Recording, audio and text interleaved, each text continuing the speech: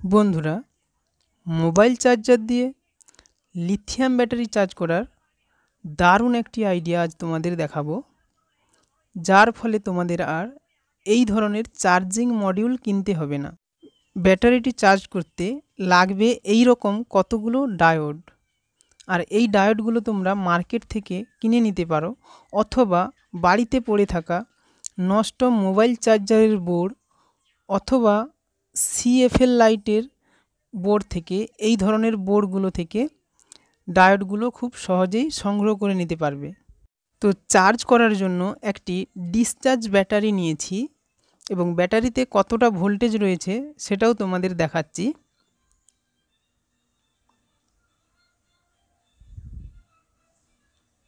তো এখন এই ব্যাটারিটি চার্জ করে দেখাবো।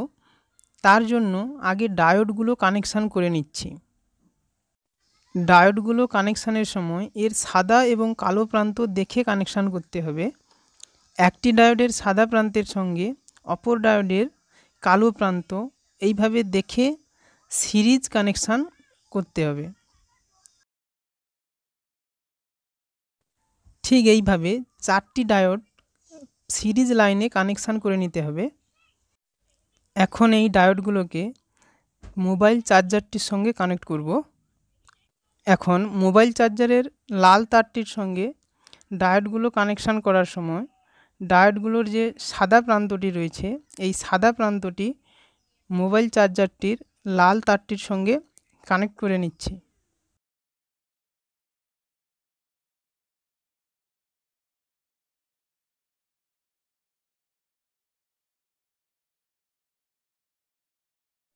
লিথিয়াম ব্যাটারি চার্জ করার এই রকম চার্জিং হোল্ডার বা ব্যাটারি হোল্ডার কিভাবে বানাতে হয়, এই রকম একটি ভিডিও বেশ কিছুদিন আগে আমি দিয়েছিলাম।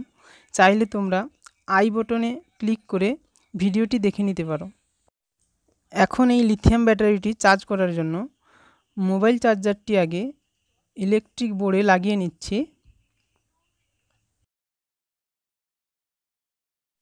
এখন ব্যাটারিটি কানেক্ট করার আগে চার্জার থেকে আউটপুট ভোল্টেজটা আগে চেক করে নিতে হবে, তারপর ব্যাটারিটি কানেক্ট করব।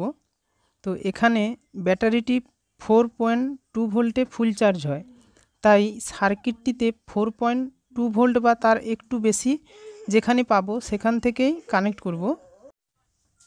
ডায়োডটি এখানে ভুল কানেকশান করা হয়েছে, তার জন্য ভোল্টেজ পাচ্ছি না। তাই এখন এই ডায়োডের প্রান্তটি ঘুরিয়ে নিচ্ছি।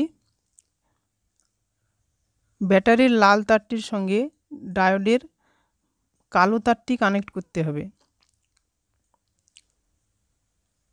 ঠিক এইভাবে কানেকশানটি করতে হবে, তবেই ভোল্টেজ ডায়োডগুলোর অপর প্রান্তে পাওয়া যাবে।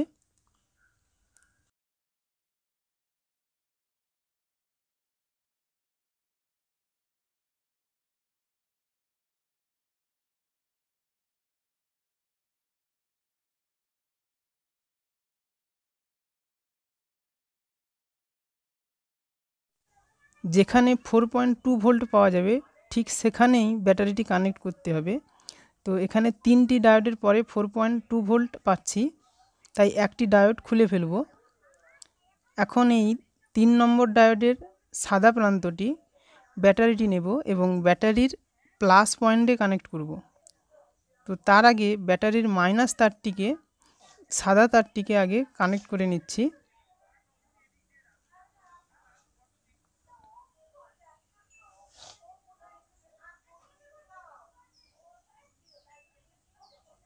তো তোমরা যারা এই রকম বেড সুইচ দিয়ে মিনি পাওয়ারফুল টর্চ বানাতে চাইছো, তো এই রকম একটি ভিডিও আমি ছেড়ে রেখেছি, তো চাইলে তোমরা চ্যানেলে গিয়ে ভিডিওটি দেখে নিতে পারো।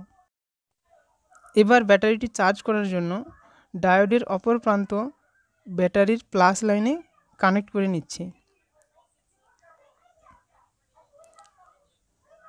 ঠিক এইভাবে ব্যাটারিটি 20 থেকে 30 মিনিট রেখে দিলে কিন্তু ব্যাটারিটি ফুল চার্জ হয়ে যাবে। তো এখন আমি তোমাদের দেখাচ্ছি ব্যাটারিটি কতটা চার্জ হলো।